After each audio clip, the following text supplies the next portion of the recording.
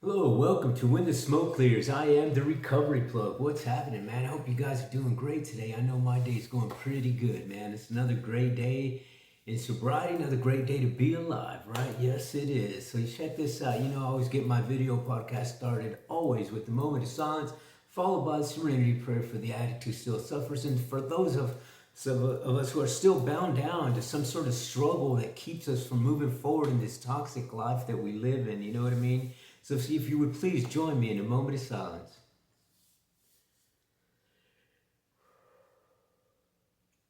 God, grant me serenity to accept the things I cannot change, courage to change the things I can, wisdom to know the difference. All right, well, let's get this podcast started. How's it going, man?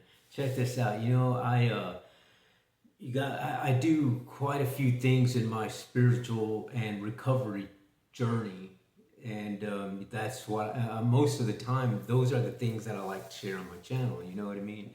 And what I wanted to do today is kind of take you guys on a little bit of that journey today, and introduce you to a little bit more of one of the recovery exercises, or the recovery.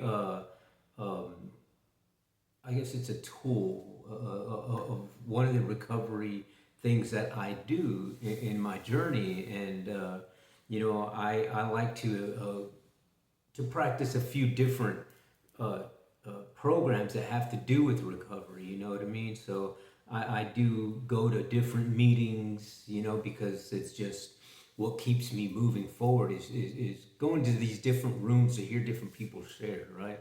And pick up golden nuggets from all these different places, man, because everybody has something good to share if they're on that journey of recovery. You know what I mean? So it's one of the things that I like to do. You know what I mean? But one of the things that I do on Mondays for my personal recovery is I attend what is called Dharma recovery on Mondays, and that's my Monday. That's my whole thing that I do on Monday. Besides doing my videos and stuff, I will do. I will attend a Dharma recovery, and that's one of the things that I wanted to share with you guys today. And just what I want to do is, out of the Dharma recovery book, I just wanted to share a few paragraphs with you guys and kind of give you a little introduction on because that's basically what we do in Dharma recovery. Is we'll take time initially for the introductions of everyone, and then we will meditate for a few minutes, probably like 20 minutes or so, and then we'll do a reading out of the Dharma recovery, and then from there we go on to share if we have anything to share about what we read, or share your own personal journeys, hopes, strengths, and experiences, right? So what I'm going to do is I want to just, in the first part of this first chapter, I want to read a few paragraphs and kind of give you guys an introduction to it, and then I'll elaborate on what I read and give you what my feedback on it, and hopefully it helps somebody today. So that's what we're going to do today on this episode. So again, let me switch these glasses off because I can't read with these things, man. I could just look cool in them, right? So anyway, here we go. This is from the Dharma Recovery book. And the Dharma Recovery book, you can get it online, you can get it on Amazon, stuff like that. There's different ways that you can obtain it. I personally have a PDF on it, you know what I mean? And if anybody out there, if you, this is the thing is that, I believe in helping, you know what I'm saying? So if anybody out there doesn't have that copy of the Dharma Recovery and you need it, just send me a message after the video, and I'll gladly send you a link. You know what I mean? But anyway, here we go. This thing is called, the first part of the Dharma Recovery, it's called Awakening Buddha. And I'm going to get into the reading here, and this is the first part of it. It says, most of us enter recovery with one goal in mind: to stop the suffering that got us here in the first place. Whether that was drinking, using drugs, stealing, eating, gambling, sex, codependency, technology, or other process addictions, as newcomers, most of us would be satisfied with simple damage control or reduction in harmful behavior. We want to stop hurting ourselves or others in particular ways. You're reading this because there is a spark of wisdom in you that desires to seek the end of suffering of your addiction. You, or whatever problem it is that you're having, you know what I mean? You've already taken the first step on the path to your own awakening. Everyone who has made the wise intention to recover wherever they are in their path have accessed that pure, wise part of themselves that the wreckage of addiction can never touch. And I like that part right there, man, because this is that part of you, and everybody has that part of you that is just pure still. Because you have this thing, and it's deep within you, man. It's deep within your heart and soul that you have to find that. You know what I mean? That little part of you that says, hey, you know what? I can love myself as I can love other people. You know what I mean? That to me is very, very powerful thing to attain when you are able to get into that. And there's a process to how you can do that. But we'll get into that later or in another video. But let me go on reading here. So many of us have hearts that are still in pain from the suffering we've experienced. Some have undergone trauma, which often led us to seek temporary relief in our addictive behavior, which unintentionally added more suffering to our original wounds. We tried to protect ourselves by running from the pain, putting on a mask, and pushing people away for fear of being vulnerable, all to adapt to what often feels like a hostile world. We start to recover when we let ourselves believe in and rediscover our pure, radiant, and courageous heart, where we find our potential for awakening resides. Who we are before the world got to us. Who are we beyond the obsession of our conditioned minds? Who are we beneath all our walls and heartbreak? Despite the trauma, addiction, fear, and shame, there is a still and centered part of us that remains whole. There is a part of us that's not traumatized, that's not addicted, that's not ruled by fear or shame. This is where wisdom comes from, and it's the foundation of our recovery. If you are at the beginning of your recovery journey, it may seem impossible to access this part of you. But you're here because you already have accessed that part of you. Perhaps you have felt some small glimmer of hope, maybe born out of desperation. There might be a way out, that things could change if you took wise action and reached out for help. Maybe it feels impossible to have faith in this part of you, to believe that you have the potential to be capable of wisdom and kindness and ethical deeds, to believe you can be the source of your own healing and awakening. Recovery is a gradual process. This path is a lifetime of individual steps. It's not only the Buddha's example that shows us the way, but also those before us who have gone through the process of recovery and made it to the other side. They show us that we can too. What does the Buddha have to do with recovery? There are two ways in which we use the word Buddha, which means awakened. First, it is the title given to Siddhartha Gautama, a prince who lived in modern-day Nepal and India through roughly 2,500 years ago. After many years of scholarly study, meditation, and ethical practice, he was awakened to the nature of human suffering and discovered a path that leads to the end of suffering and the freedom that comes from awakening. After this awakening, Siddhartha came to be known as the Buddha. The second use of the word Buddha follows from the first. Buddha can refer not only to the historical figure, but also the idea of awakening. The fact that each of us has within ourselves the potential to awaken to the same understanding as the original Buddha. When we take refuge in Buddha, we take refuge not in Siddhartha as a person, but in the fact that he was able to find freedom from the suffering, and so can we. And I like that, man.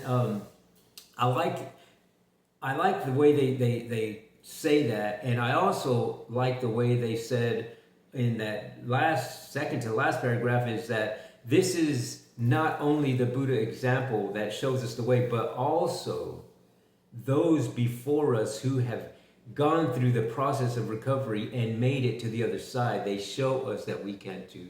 And that right there, my friends, is probably the best line in this whole thing that I read, because that goes back to every other recovery program. Every other recovery program, I don't care what it is that you want to call them. It could be any spiritual based, 12-step based, whatever. I don't care. It's any of those other programs. That little paragraph right there, that little thing that I read last, is probably the best thing, because it's, it says that also those before us who have gone before us through the processes of recovery and made it to the other side, they show us that we can do it. And man, check this out. When you enter these rooms of peer support groups, recovery Dharma, it could be an AA meeting, it could be an NA meeting, it could be an Al-Anon meeting, it doesn't matter. Whatever room it is that you're going in there, and the key thing here is to gain knowledge and wisdom from people who have already gone through these things. You know what I'm saying? Because if you think that you're the only one going through whatever it is that you're going through, I'm here to tell you that you're not the first one. You know what I mean? You're not the first one, and I can guarantee you, if you step foot in one of these rooms, and it may not be in the first one that you go to, so you go to another one and another one until you find one that connects with you. And in that room, that's where you're going to start finding answers. You know what I mean? When you start hearing people's stories of the sufferings that they have gone through who are similar to yours, now you have this foundation of something that you can adopt and put into your own path of recovery and spirituality to see if it helps you. You know what I mean? But you have to understand that you have to be truthful, open-minded, and willing to that change. You know what I'm saying? And that's one of the things that a lot of us, have a hard time doing. You know what I mean? A lot of us have a hard time trying, wanting to put new things into our life because we're so used to this way of living. You know what I mean? We don't want nobody telling us what to do. We don't want to change, and we're comfortable where we are and that kind of stuff. But all the meanwhile, we're still wallowing around in this misery of whatever it is that is keeping you bound down. And for me personally, it was childhood trauma and PTSDs and drug and the addiction to drugs and and the alcohol and that sort of thing. And so it's imperative that you understand that if you want to change that mindset, because that's ultimately what you're doing, is changing the mindset, but changing it with the tools of somebody else who has already gone through the process. You know what I mean? That's the beauty of entering into these rooms. It's not something that people are trying to recruit you to this new religion or whatever. You know what I mean? And a lot of people think that it's like, oh no, here goes another God thing or whatever. You know what I mean? And it can happen, I'm not going to say that it doesn't. But for some people, that's their path. You know what I mean? But for me, I've found for how it works for me is taking things in a spiritual sense. You know what I mean? Taking things in a spiritual sense and taking things as how they are and what they are. I mean, if I see somebody who's telling me something that that they've gone through this and I'm feeling and going through that same thing, why not adopt something that they have? If it's worked for them, it could possibly work for me. You know what I mean? There's really nothing, I guess there's no risk in that, you know what I mean? Except for that it may not work. But if it didn't work, you still did something worth trying to help yourself, you know what I mean? And if it didn't work, then you go on to the next thing and the next thing and the next thing until you find that tool, that room, that meeting, that person who gives you the tool that you need. You know what I mean? Because ultimately the tool's out there somewhere. You just got to find it. And through experience, here's one thing is that you're not going to find that tool if you do nothing. You know what I mean? There's got to be some action. There's got to be some action, and there's got to be some vulnerability. There's got to be some vulnerability. There's got to be some compassion for oneself. And you got to be open-minded, truthful, and willing to do that. You know what I mean? And I know it took me many years because I was just stuck in this structured way of thinking, and it was my way or the highway. You know what I'm saying? And for a lot of us, it's like that. Nobody wants to be told what to do or how to do it or, you know, anything like that. But this is a process when in these rooms of recovery and spirituality. It's a process and action that has been working for many, many, many, many years. You know what I mean? And if it's working, why not? You know what I mean? And to be honest with you, the ratio, the statistics shows that if you follow the steps, if you follow the process of whatever program you're trying to do, that rarely does an addict go back, or there's rarely whatever you're dealing with, will you go back to doing whatever it is that you're suffering from. You know what I mean? And I believe that to me is in a sense a no-brainer, I guess. You know what I'm saying? Why not indulge myself in something that has repetitively, you know, been working for thousands of people? You know what I mean? And why wouldn't it work for me? Why would I put myself in this category that I'm not worthy of that fix? You know what I'm saying? And I believe that everybody is worthy of getting fixed, of getting that second chance, of recovering things that you have lost along the way to whatever it is that's bounding you down. You know what I mean? And that's the whole thing. And it starts with finding yourself and building yourself a rooted foundation in whatever it is that you're having trouble with. You know what I mean? For me, like I said, trauma, childhood trauma, drug addiction, all those kinds of things.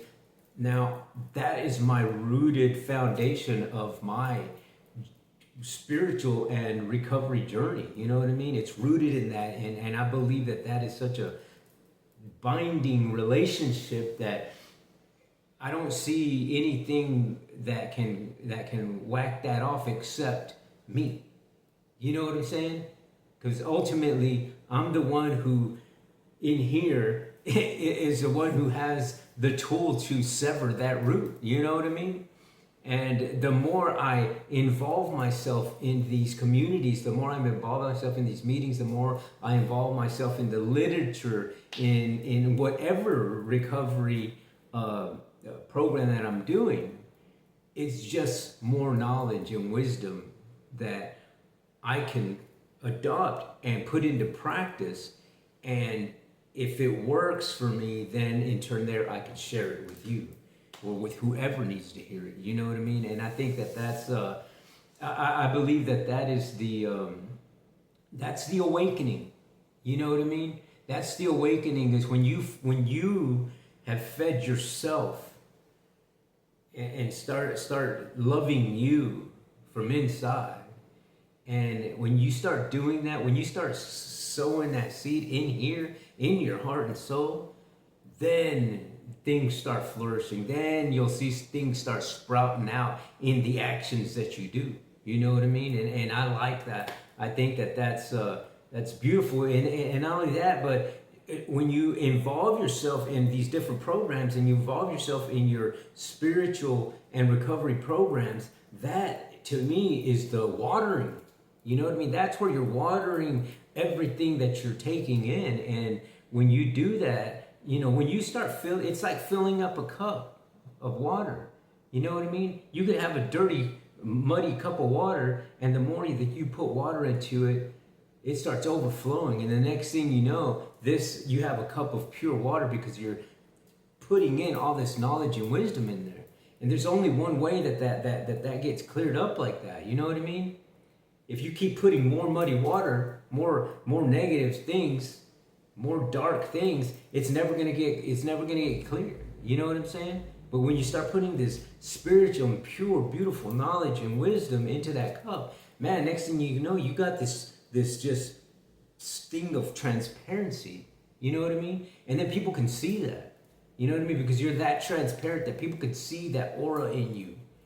And they have faith in you. They believe in you. You know what I mean? It's something that when you start speaking, when you start talking, because you're talking not only through knowledge and wisdom, but through experience, through heartfelt experience. You know what I mean? And to me, that is where you start moving extra rich, extra, you know, just, I don't know, just this better way of maneuvering your spiritual and personal life, man. And when you can do that and touch somebody and they feel that illumination, they feel that energy off of you, you know what I'm saying?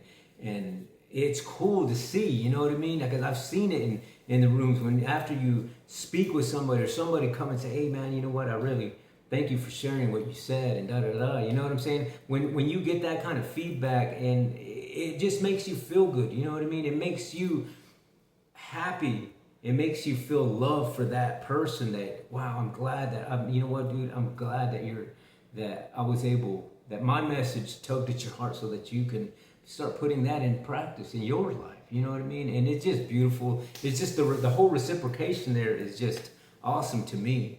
But yeah, you know, I wanted to share this first part of the Dharma recovery for you guys, and you know, it's just another way. You know what I'm saying? It's just another way. It's just another way. There's many roads and ways and exercises and classes and things that you can do to better your spiritual and recovery journey. You know what I'm saying? This is just one. You know what I mean? And this is just one that I use in my recovery journey. You know what I'm saying? This is one that I take part in, and I like it. You know what I mean? It's a very beautiful practice to me, and not to mention the meditation. You know what I mean? That's a very big part of my recovery, so meditation. So, but anyway, I just wanted to share that with you guys today, and hopefully that it helps somebody. Again, that's Dharma recovery. If you need if you want a PDF of this thing, I can email one to you or something. Just leave me a message in the comments, man. Yeah. So, but anyway, I guess that's going to be it for this episode, man. I really appreciate you guys watching. Thank you very much. You know, I couldn't be doing this without you guys, and that's why I keep doing it. You know what I mean? To help somebody, because somebody needs to hear it. You know what I mean? And but anyway, if you would please shoot me a comment, hit that subscribe button, hit the bell. I'd greatly appreciate it. Just know that when you do hit that subscribe button, it doesn't cost you a dime, man. But you will be helping out another veteran, another homeless person, another person dealing with PTSD, childhood traumatic experiences, trauma, drug addiction, alcoholism, suicidal thoughts, anger issues, depression, all of those types of things, my friends, because I have dealt with all of those things at one point in time in my life. And guess what, man? I know a way out. And my way out could be your way out. So until the next time on When the Smoke Clears, I am the Recovery Plug.